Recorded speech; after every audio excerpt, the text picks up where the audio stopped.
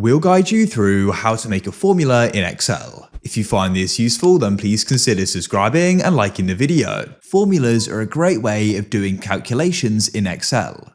So I'll be covering multiply, add, and subtract, but there are more as well. So to get started, click on the cell you want to go and have the formula in and press equals.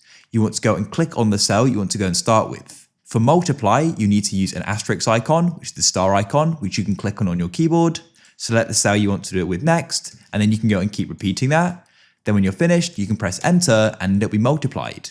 For add, it's very similar. Press equals, of course, select the cell you want to do it with, and this time you use add. Repeat that and click the cells, press enter, and they'll be added. For subtract, it's very similar. Press equals and select the cell, and then use the minus icon, and keep repeating that. When you're finished, press enter, and you've gone and made the formulas. If you found this useful, then leave a like. If you found this useful and you want to see more guides like this, then please consider subscribing and liking the video.